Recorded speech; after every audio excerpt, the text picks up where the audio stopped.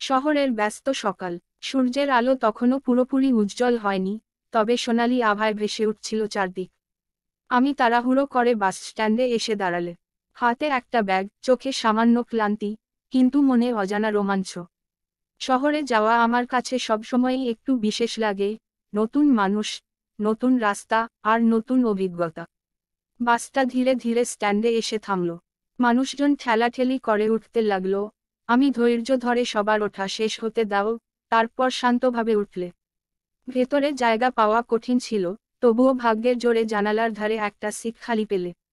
আমি বসে জানালার বাইরে তাকিয়ে থাকছ, রাস্তার দোকান, ভাজা সিঙ্গারার গন্ধ, ভোরের ঠান্ডা বাতাস সব মিলিয়ে শহরে যাওয়ার অনুভূতিটা আরও মধুর হয়ে উঠছিল। ঠিক তখনই আমার পাশের সিটে এসে বসলো এক মেয়ে। প্রথমেই যেটা আমার চোখে ধরা পড়ল, সেটা তার দীর্ঘ, কালো, কোমল চুল। বাতাসে হালকা দুলে উঠছিল চুলগুলো। মুখে হালকা মেকআপ, অথচ স্বাভাবিক সৌন্দর্য যেন ঢেকে রাখতেই পারছিল না কিছু। চোখ দুটো ছিল গভীর, যেন কারো দিকে তাকালে সে চোখের ভেতর হারিয়ে যাওয়া যায়। মেয়েটি বসেই হালকা একবার আমার দিকে তাকালো, তারপর ব্যাগটা কোলে রাখল। সুগন্ধি শ্যাম্পুর মিষ্টি ঘ্রাণে চারপাশ মুহূর্তেই অন্যরকম লাগতে শুরু করল। আমি মনে মনে একটু অস্থির হয়ে গেলে। এত সুন্দর কাউকে এভাবে হঠাৎ পাশে পাওয়া সত্যিই অচিন্তনীয়। মাফ করবেন, জানালাটা একটু খোলা যাবে? গরম লাগছে, মেয়েটি মিষ্টি গলায় বলল। আমি তড়িঘড়ি জানালা নামিয়ে দিলে। ঠান্ডা বাতাস ভেতরে এসে তার চুল উড়িয়ে দিল। আমার মনে হলো, এ যেন সিনেমার কোনো দৃশ্য, যেখানে হঠাৎ করেই নায়ক নায়িকার চোখাচোখি হয়। কিছুক্ষণ নীরবতা, আমার বুকের ভেতর অজানা কাঁপুনি। আমি ভেবে পাচ্ছ না কিছু বলবে কিনা। অবশেষে সাহস করে জিজ্ঞেস করলে, আপনি কি শহরে যাচ্ছেন? সে হেসে উত্তর দিল, হ্যাঁ, আমার কলেজ আছে, আজ ক্লাস মিস করতে চাই না। আমি একটু অবাক হয়ে তাকালে। কলেজের ছাত্রী মানেই বয়সে আমার কাছাকাছি। মেয়েটি আবার হাসল, তার হাসিতে একরকম স্বচ্ছতা, যা দেখে মনে হলো পুরো ভোরটা উজ্জ্বল হয়ে উঠল। আমি নীল, গ্রামের দিক থেকে যাচ্ছি কিছু কাজের জন্য। আমি পরিচয় দিলে, আমি রূপা। মেয়েটি ধীরে ধীরে নাম বলল। রূপা, নামটার সুরেই যেন মায়া।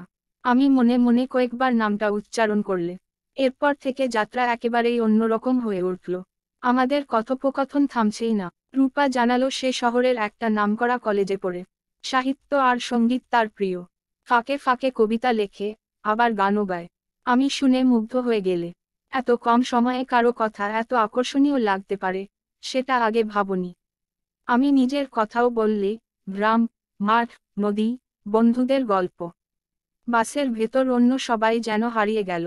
শুধু আমরা দুজন কথার ভেতর দিয়ে একে অপরকে ধীরে ধীরে চিনে নিচ্ছ। আমি লক্ষ্য করলে, যখনই রূপা হাসে, তার চোখের কোণে ছোট্ট ভাঁজ পড়ে যায়। সেই ভাঁজেই লুকিয়ে থাকে এক অদ্ভুত মায়া। এভাবে আলাপে আলাপে কখন যে বাস শহরের অর্ধেক পথ পেরিয়ে গেল, টেরই পেলে না। রূপা হঠাৎ জানালার বাইরে তাকিয়ে বলল, তুমি জানো নীল, আমি সবসময় বিশ্বাস করি জীবনে কিছু মানুষ হঠাৎ এসে আমাদের বদলে দেয়। হয়তো সেদিনটা সাধারণ দিনই থাকে, কিন্তু সেই মানুষটার কারণে দিনটা হয়ে যায় বিশেষ। আমি থমকে গেলে, এই কথা কি শুধু সাধারণ আলাপ, নাকি এর ভেতরে কোনো ইঙ্গিত? আমি শুধু মৃদু হেসে উত্তর দিলে, হয়তো ঠিকই বলছো। কিছু মানুষ সত্যিই হঠাৎ আসে, আর থেকে যায়। রূপা চুপ করে আমার দিকে তাকালো। আমাদের চোখ এক মুহূর্তের জন্যে আটকে গেল। সময় যেন থেমে গেল সেদিনের সকালের ভিড়ে। বাস তখন শহরের কাছে পৌঁছে গেছে। রূপার গন্তব্য ছিল কলেজের কাছে, আমার অফিসের কিছু কাজ শহরের অন্য প্রান্তে। বাস থামলো, রূপা ব্যাগটা কাঁধে নিয়ে দাঁড়িয়ে গেল। যাওয়ার আগে একবার আমার দিকে তাকিয়ে হেসে বলল, ভালো থাকো নীল, হয়তো আবার কোথাও দেখা হবে। আমি হতভম্ব হয়ে গেলে, শুধু মাথা নাড়লে। রূপা নেমে গেল, ভিড়ের ভেতরে মিশে গেল। কিন্তু আমার ভেতরে তার হাসি, তার নাম, তার চোখের গভীরতা রয়ে গেল অনেকক্ষণ। সেদিন আমি বুঝেছিলে, এটা কোনো সাধারণ দেখা নয়। এটা ছিল এক শুরু। শহরের কোলাহল সবসময়ই ভিন্ন রকম। ট্রাফিকের হর্ন, ভিড়ের চিৎকার, ফুটপাতের দোকানদারদের ডাক, সব মিলিয়ে এক অদ্ভুত প্রাণচাঞ্চল্য। নীল, তুমি সেদিন শহরে কাজ শেষ করে ফিরছিলে। ঘড়ির কাঁটা তখন বিকেল 5টা ছুঁই ছুঁই। গরম কমে এসেছে, বাতাসে হালকা শীতলতা। আমি হেঁটে যাচ্ছিলে কলেজ রোডের পাশ দিয়ে। হঠাৎ করেই কানে এলো গানের সুর। ক্লাসরুম থেকে নয়, বরং কলেজ প্রাঙ্গণের ভেতরকার সাংস্কৃতিক অনুষ্ঠানের মঞ্চ থেকে। আমি দাঁড়িয়ে গেলে সুর যেন টেনে নিল আমাকে। আর তারপর আমি তাকাতেই দেখলে মঞ্চের সামনে দাঁড়িয়ে গান গাইছে রূপা।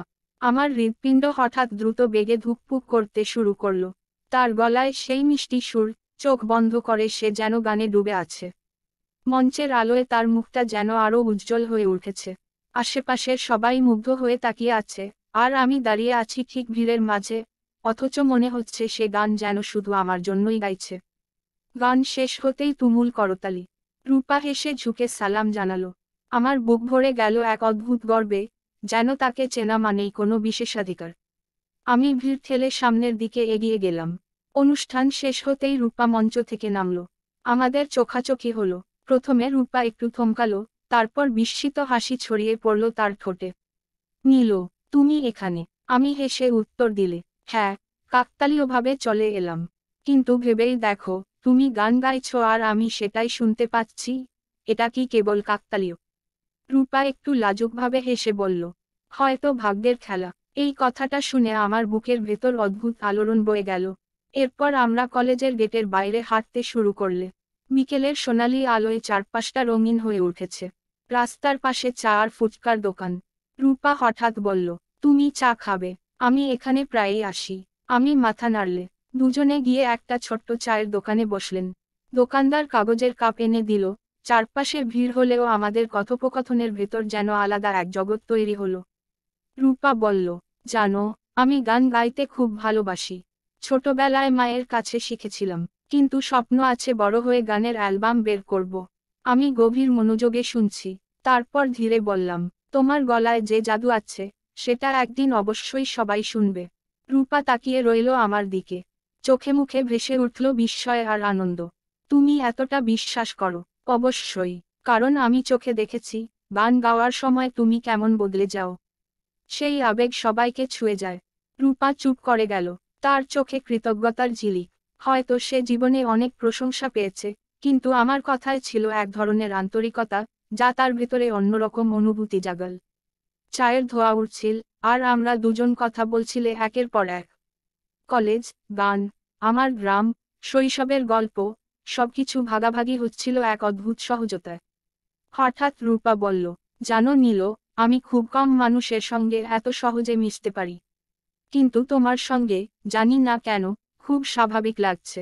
আমি মুচকি হেসে উত্তর দিলাম, হয়তো কিছু সম্পর্ক এমনিতেই তৈরি হয়ে যায়, আমাদের নিয়ন্ত্রণে থাকে না। কথাটা শুনে রূপার মুখে আবার সেই মায়াবী হাসি ফুটল। এরপর বিকেল গড়িয়ে সন্ধ্যা নামতে লাগল। শহরের আলো জ্বলে উঠল। রূপাকে কলেজ হোস্টেলের কাছে পৌঁছে দেওয়ার সময় সে বলল, আজকের দিনটা সত্যিই বিশেষ হয়ে গেল। আশা করি এটা এখানেই শেষ নয়। আমি হেসে বললাম, বিশ্বাস করো, এটা তো কেবল শুরু।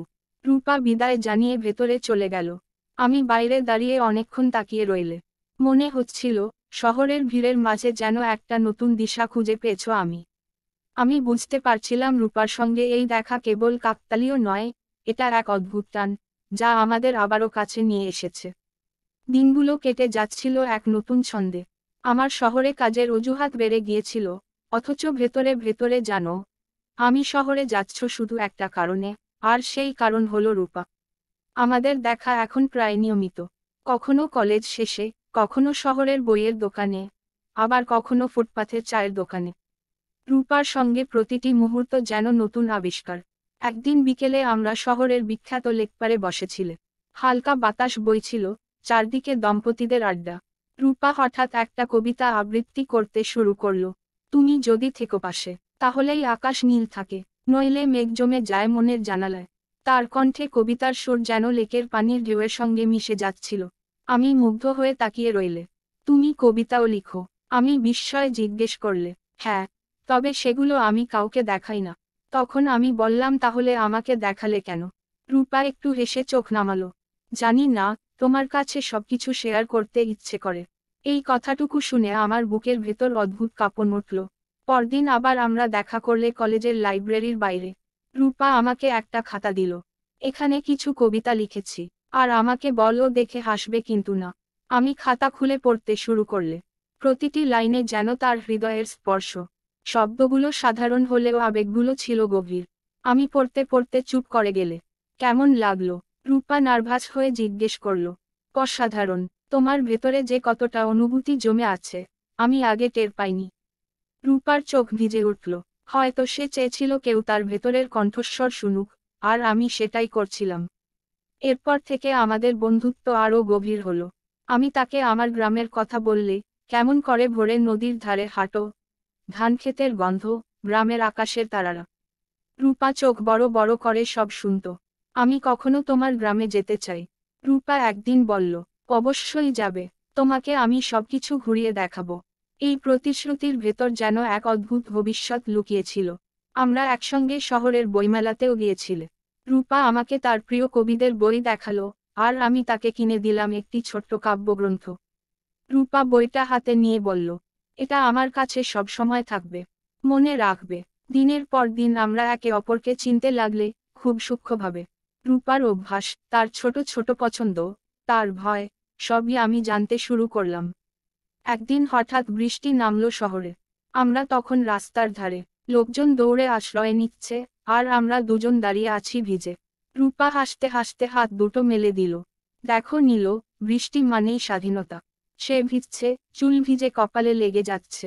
আমি তাকিয়ে রইলে মন্ত্রমুগ্ধ হয়ে। সেই মুহূর্তে আমার মনে হলো, এটাই ভালোবাসা। তবে আমি কিছু বলনি, শুধু ভেতরে ভেতরে অনুভব করলে, রূপা আমার জীবনে এমনভাবে ঢুকে পড়ছে যে তাকে ছাড়া একদিনও কল্পনা করা কঠিন হয়ে উঠছে। রূপাও বুঝছিল, নীলের পাশে থাকলে তার পৃথিবী আলাদা লাগে। আমার সহজ সরলতা, আন্তরিকতা তাকে এক অদ্ভুত নিরাপত্তা দিচ্ছিল।